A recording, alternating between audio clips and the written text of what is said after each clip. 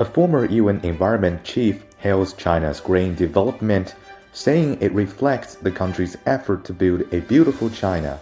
Former UN Undersecretary General and former Executive Director of the UN Environment Program, Eric Solheim, says the initiative of building a beautiful China is so positive and inspires people.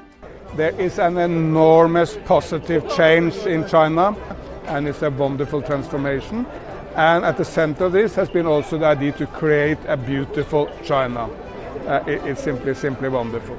So creating this beautiful China has been a main driver also in fighting pollution and climate change. It's about creating a positive vision for the land. Solheim praises China's commitments and actions in addressing climate change and believes that many places in China are carrying out eco-friendly practices.